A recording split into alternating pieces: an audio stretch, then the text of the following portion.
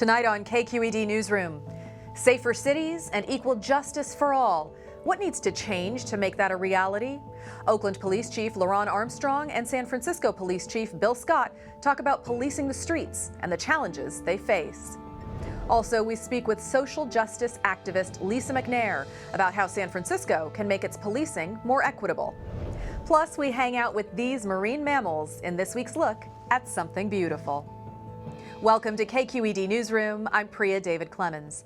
We have a special focus tonight on racial justice and police reform, as we'll be talking with the leaders of two of the Bay Area's largest police forces. But before we begin, a few highlights from this week's news in California. COVID hospitalizations continue their downward trend throughout the state, and more counties are moving into the orange tier, meaning bars can open outdoors without food service, and indoor businesses such as restaurants and movie theaters can increase their capacity to 50%. Governor Gavin Newsom appointed Assemblymember Rob Bonta as California's new Attorney General. If confirmed by the state legislature as expected, Bonta will become the first Filipino American in the position. Now more than ever, we need leaders in government and leaders in law enforcement who will build bridges with communities that have been othered, that have been persecuted, that have been targeted. And we are entering another drought in California. The State Water Board is warning us to brace for cuts and has asked users to conserve water supplies. We turn now to the main topic of our show this evening: police reform and efforts to create equal justice for all, regardless of the color of their skin. Last summer, the killing of George Floyd by Minnesota police sparked protests across the nation and here in the Bay Area. San Francisco protests were mostly peaceful, but the unrest shone a bright light on how police handle conflict. SFPD has faced public calls for the defunding of their work, while the coronavirus pandemic has created new challenges in day-to-day policing and taken a bite out of their budget. The department has also done its own soul searching. This week, it's hosting a discussion on police reform with Lisa McNair, an activist whose sister was one of the 4 girls killed in the Birmingham church bombing of 1963. Joining me now by Skype from San Francisco are Police Chief William Scott. Hello, Chief Scott. Hello, how are you? Doing well, thank you. Thanks for being with us.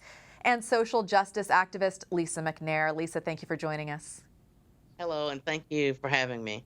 So, Chief Scott, you invited Lisa McNair to speak to your department this week. What was the message that you wanted your officers to hear? Well, 2020 has been a terribly difficult year, and it really brought the conversation about race in our country to the forefront. Our country has a significant history with racially motivated hate incidents and the like. And really the theme of Lisa's message, I think is so powerful. I wanted our command staff to hear a message of reconciliation, forgiveness, not forgetting our history and these terrible incidents that make up our history, but forgiveness. Because really that's what it's going to take out of all of us to move forward and to be a better country, a better city, a better police department. When you say forgiveness, who are you hoping will forgive whom? Well, I think forgiveness is on every side of this conversation. You know, in policing, we have some significant challenges, particularly here in San Francisco. Part of our reform initiative is set out to address the disparities of particularly policing people of color and African Americans. And on both sides of that issue, you know, we have use of forces that have occurred where people have lost their lives. We have officers who have lost their lives. We've had racial tension even in our city in San Francisco. And I think in order to move forward,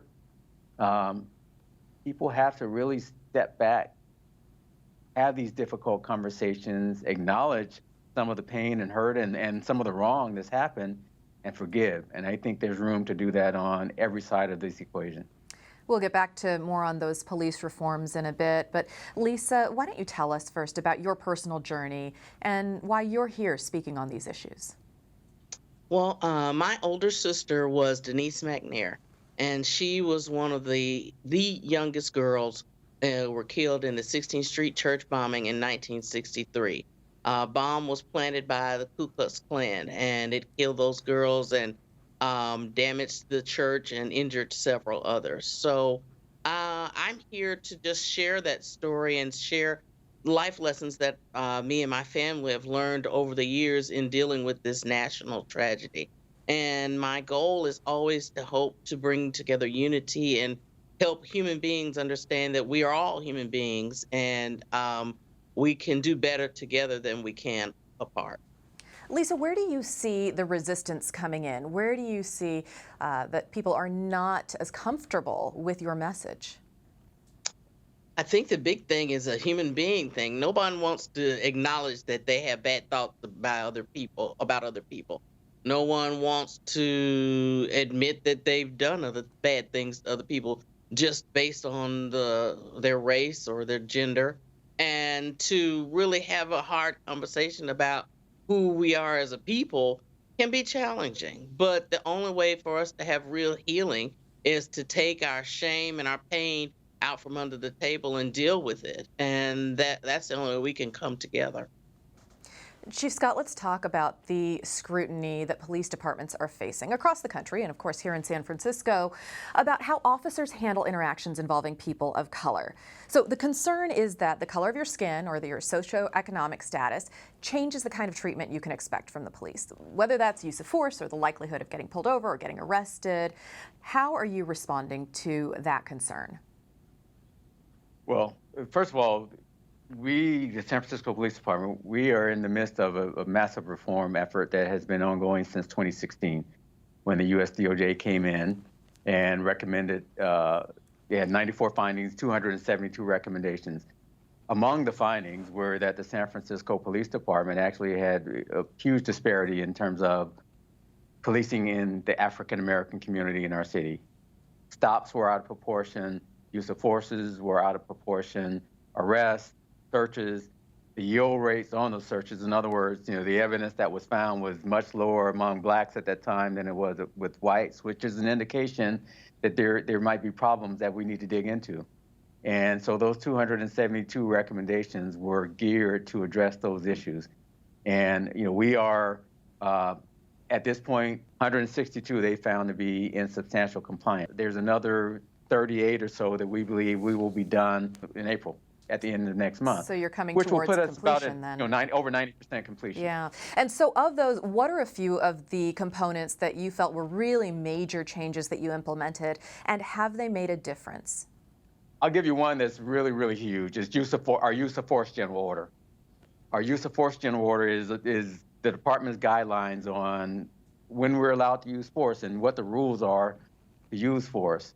That was one of the first ones that were revised and redone under this reform recommendation, and it was sweeping. It was transformative. And what changed? That revision banned chokeholds. It banned shooting at moving vehicles. It included, for the first time in this department's history, language that really explained and demanded that we take into account the sanctity of life, which I believe we did, but it's now in policy. Also, it requires de-escalation. It requires a duty for officers to intervene if they believe that the force that their partner officers are administering is excessive or unnecessary. If they don't intervene, they will be found guilty of misconduct if that's proven to be true. So this was huge for this department, and as a result, since that use of force general order was revised and updated, we've seen our use of force steadily decline over the last 5 years, significantly. I'm talking about 50% that decline. And in terms of pointing of a firearm, which in San Francisco, that is the use of force when you intentionally point a firearm at an individual, we've seen over a 60% reduction in use of force. And the biggest category that we've seen a reduction in is pointing of a firearm at African-American residents of our city. So that's huge. And then do you see that actually building trust? Do you see it as reducing crime? As far as the reform? Yep. Both. We have to build trust, and part of building trust, people have to see us as legitimate. They have to see what we do as legitimate. And if we do that, we can reduce crime because people cooperate more. This has been, I've had 31 years in this business now. When people trust their police officers that they come in contact with, I don't care what your role in the department is, they're more apt to cooperate with you. When they see your work as legitimate, when they see you as trustworthy, credible, they're more apt to work with you. And when that happens, that community policing can be fully implemented because that partnership is what reduces crime, solves crime. It's not just the police. We can't do this work alone. So yeah, reform means everything to building trust, and use of force is a big part of it. When people see that the force we use or believe that it's not legitimate, it does undermine trust. So that was a huge recommendation that we were able to implement among the others, but that one was big. And Lisa, what about you? Coming here as an outsider, what do you see as the major issue for the SFPD to overcome to make our system more racially just when it comes to policing? Well, I think it sounds like they're doing a great job, but just remembering that there are human beings on the other side of when you meet them, when you are dealing with people who are you think might be committing a crime. They're human beings just like the officers are human beings. The people behind the uniform are human beings first. I think we have to keep that steadily in the forefront of our minds and remember how we'd like to be treated. And if people can think that way, that will make the police force better, which will make our communities better. Chief Scott, I want to specifically ask you about the calls that came over the summer to defund the police. What effect would defunding have on your police department? When we speak of defund the police, it means different things to different people. And for us, the call has been to reallocate resources, to re-envision policing, if you will.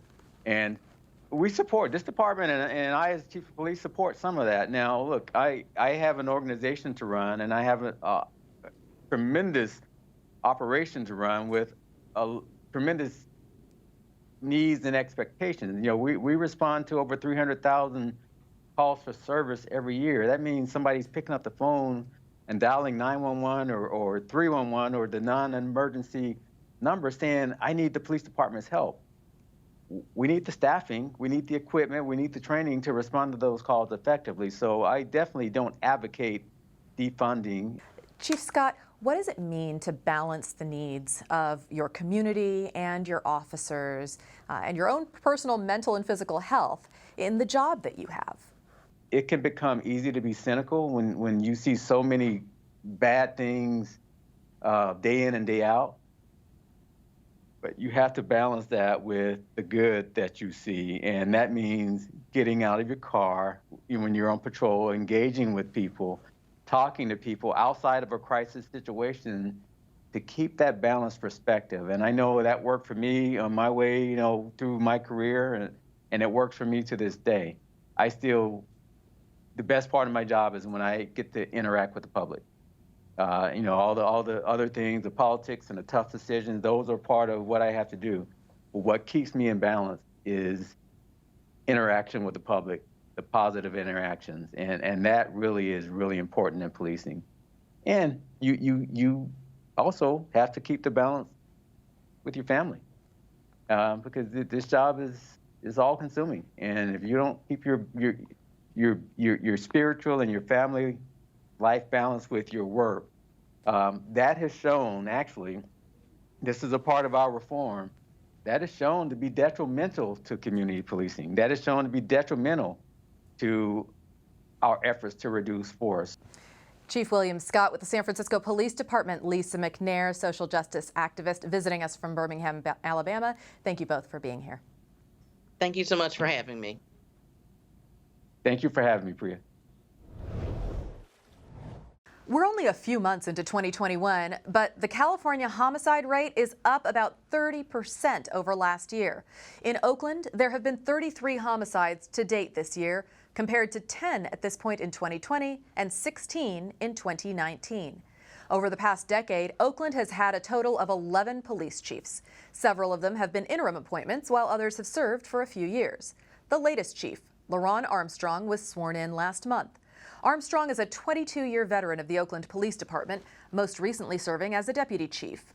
He's a native Oaklander who lost his older brother to gun violence. He says he wants young people to have what he didn't: trust in law enforcement and a sense of safety. Joining me now by Skype from Oakland is OPD Chief LeRonne Armstrong. Chief, thank you for joining us. Thank you for having me. So you have certainly worked your way up the ranks there at OPD. What do you want to do now that you are in the top job? I really want to change the culture of the department. I want to make Oakland a safe city, and I want to come in compliance with the negotiated settlement agreement that we've been under for 18 years. I think it's about time. So those are three very specific items. Let's start with the first. How are you hoping to change the culture of the department? What needs to change? I hope that my being grounded in Oakland and being born and raised in Oakland is something that I can bring to our department, that really says to all of my members of the Oakland Police Department that we are part of the community, that we have to get out and walk in our community, make relationships in our community, and do our best to gain the trust of the community. Obviously, the trust in the Oakland Police Department has been fractured for many years, but I really think in this moment there's an opportunity. I've spent my 22-year career really working closely in the community, being on the ground, building relationships, and really that's what I'm pushing my officers to do, to get to know their community, to become a part of the community, and to seek trust from those that they serve. You know, that language about sort of getting to know people in your community and community policing has been around for a long time. Why has that not happened yet? I think, you know, some leaders view community policing differently. I really view community policing as an opportunity to get to know those that you are sworn to serve, to appreciate what community brings to the table, to hear their voices, hear what they like, hear what they don't like in policing, and adjust. Have conversations with people about how you can do a better job making Oakland safe. But also started off with the idea that Oaklanders deserve to live in a safe city.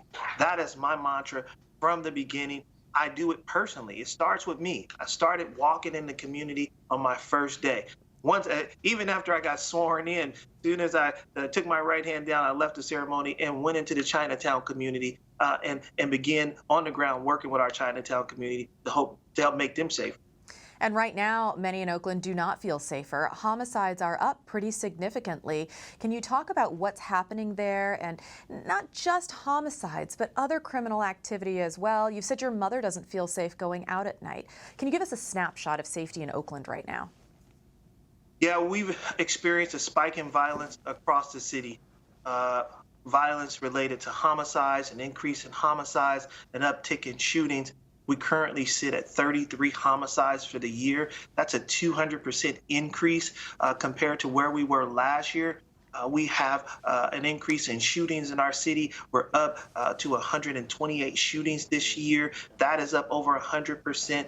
But we've also been working really hard to address violent crime. We've recovered over 228 firearms this year. So we know that this is going to take a really concerted effort to address violence. We understand that people have been preying on our most vulnerable in our community, in our Chinatown community, and other communities throughout the city of Oakland. So really, I think for us to solve this problem is going to take a holistic approach. That means law enforcement, but it also means community. It also means partnership with our Department of Violence Prevention, so we can get our violence interrupters into the community to help prevent crimes from occurring. Can you talk to us specifically about the issues that you're seeing that have been raised because of the pandemic? Gang violence, for example, has been up, and some of the people who are joining are very young.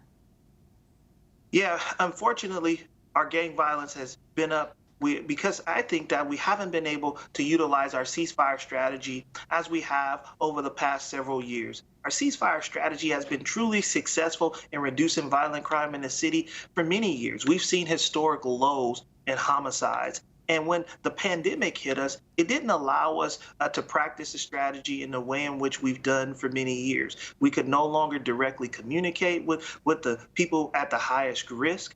We weren't able to do what we call call-ins, which is essentially bringing in those that are at the highest risk of violence and communicating to them and providing them support and services as an alternative to violence. the pandemic shut those things down because we had to follow the regulations related to our COVID pandemic. And so we weren't able to meet. We had to be socially distanced. We didn't understand all of the complexities of this COVID pandemic. We talked with Chief Scott about this at length. Police departments across the country are facing scrutiny for how they handle interactions with people of color. How is your department responding to this issue?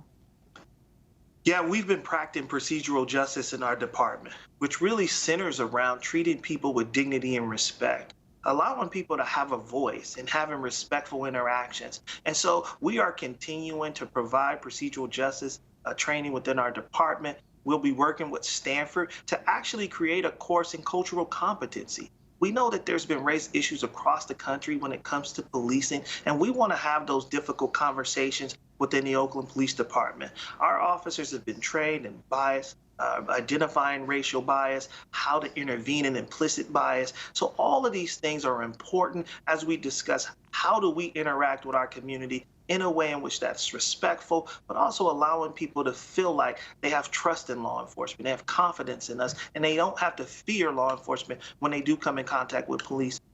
There have been problems with racial bias in the Oakland Police Department for many years now, and even recently. You're dealing with the fallout now from some social media posts in which Oakland Police Department officers expressed racist attitudes, and this was just a few months ago.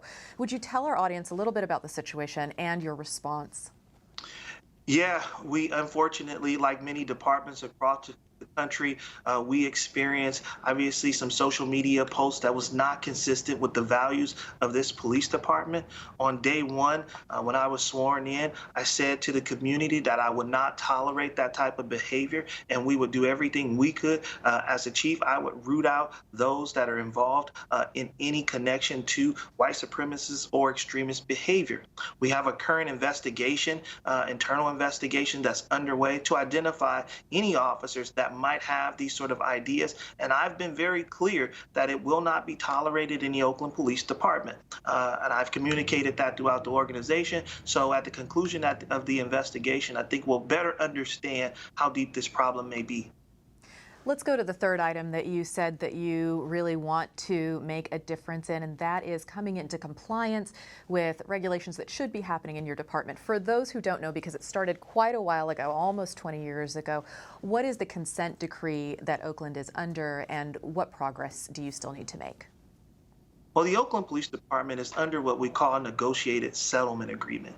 We agreed to this 51 tasks associated with this agreement over 18 years ago. And since agreeing to this essentially federal oversight, we have not come into full compliance with those 51 tasks. There's been several incidents that have caused the department to regress in some ways, and I have come into the seat and committed to moving this department forward. And I started with putting in place a new executive command staff that is what we call the most diverse command staff in the history of the Oakland Police Department. I created a new bureau called the Bureau of Risk Management that will provide consistent oversight of the department and hold our organization accountable. Essentially for us, compliance rests in the fact, is this department policing in a constitutional fashion? Are we following our own policies? Are our actions within the law? And are we holding ourselves accountable? And all of those things I'm seeking to accomplish as chief of the Oakland Police Department. Chief, sadly, we've been confronted, especially over the last few months, with this rise in anti-Asian American violence across the nation, but certainly here in California. And it's something you're contending with as a police chief. Can you tell us what you're doing, what forces you're deploying to change that? So what I did as police chief is I immediately assigned a Chinatown liaison officer. I think it's important that you have somebody that can communicate with the monolingual community. Today, I just attended a rally to stop crimes against our Asian community in our Chinatown today, because we as a community in Oakland, we take a zero tolerance for hate in the city of Oakland. I wanted them to know that I am a partner.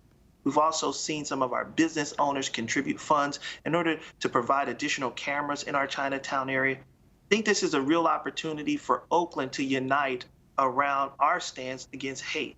That everyone in our community deserves to live in a safe community, but particularly our vulnerable communities. Chief, there's really been a revolving door when it comes to this top position in Oakland. You're the 11th chief in about 10 years. I'm assuming you would like to stay in the job. What is going to make a difference here? I think the biggest difference will be all of the things that I mentioned at the beginning. Can I help reduce crime and make Oakland a safe city? Can I help this department finally reach full compliance with the negotiated settlement agreement? And can we begin to build trust in our community? Can our community feel like this is a department that they can have trust and confidence in? That's my goal. That's my guiding principles. And so I'll work my butt off to get there. Chief LeRonne Armstrong with the Oakland Police Department, we wish you all the best. Thank you so much. After the Loma Prieta earthquake rocked the San Francisco Bay Area in 1989, sea lions began hanging out on the dock at Pier 39. There, they found an abundance of food and safety from predators. Over the years, the sea lion hangout has become an attraction for tourists and locals alike, and it's this week's look at something beautiful.